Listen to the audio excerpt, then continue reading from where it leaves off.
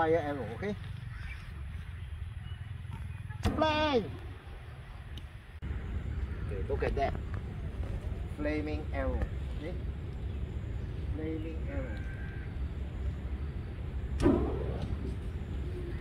着火。Okay, so, right. Today we learn about flaming arrow, okay? It's gonna hit here.